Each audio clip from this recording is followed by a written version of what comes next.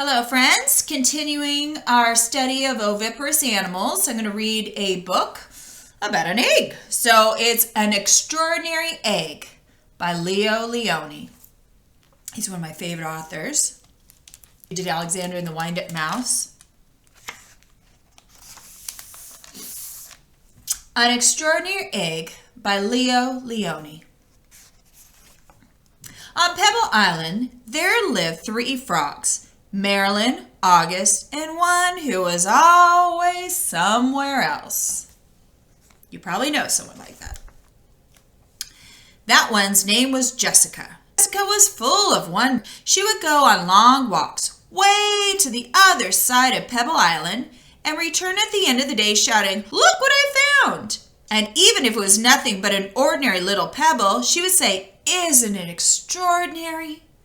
But Marilyn and August were never impressed. One day, in a mound of stone, she found one that stood out from all the others. It was perfect, white like the snow and round like the full moon on a midsummer night. Even though it was almost as big as she was, Jessica decided to bring it home. I wonder what Marilyn and August will say when they see this, she thought as she rolled the beautiful stone to the small inlet where the 3 of them lived. "Look what I found!" she shouted triumphantly. "A huge pebble!" This time, Marilyn and August were truly astonished. "That is not a pebble," said Marilyn, who knew everything about everything. "It's an egg, a chicken egg." "A chicken egg? How do you know it's a chicken?" asked Jessica, who had never even heard of chickens. Marilyn smiled. "There are some things you just know." Maybe you know some people like Marilyn. A few days later, the frogs heard a strange noise coming from the egg. They watched in amazement as the egg cracked and out crawled a long, scaly creature that walked on 4 legs. "See," exclaimed Marilyn, "I was right. It is a chicken." "A chicken!" they all shouted.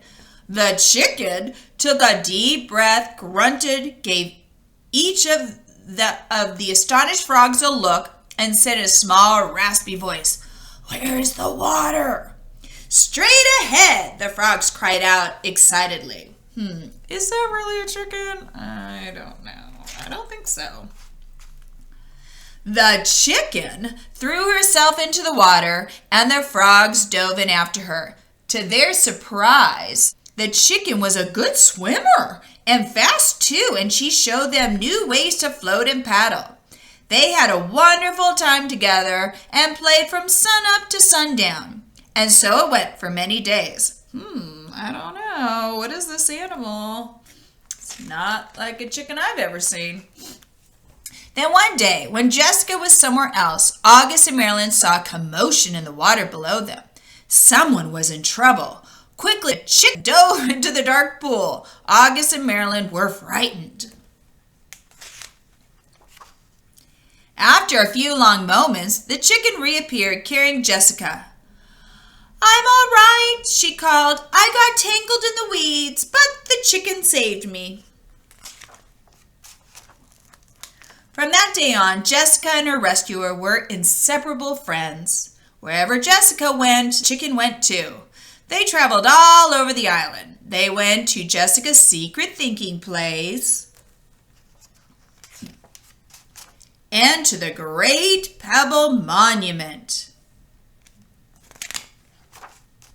One day, they went to a place where Jessica had never been before. A red and blue bird flew down from a tree.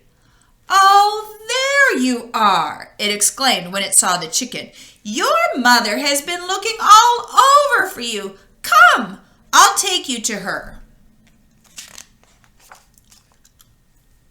They followed the bird for a very long time. They walked and they walked. They walked under the warm sun and the cool moon, and then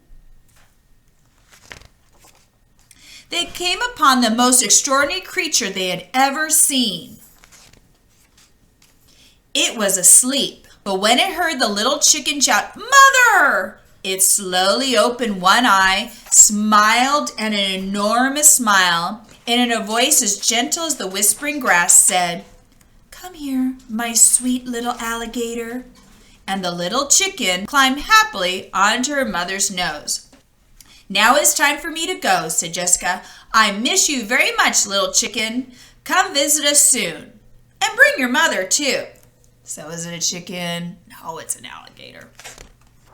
Jessica couldn't wait to tell Marilyn and August what had happened. As she neared the inlet, she shouted, "Guess what I found?" And she told them all about it. "And do you know what the mother chicken said to her baby?" Jessica asked. "She called her my sweet little alligator."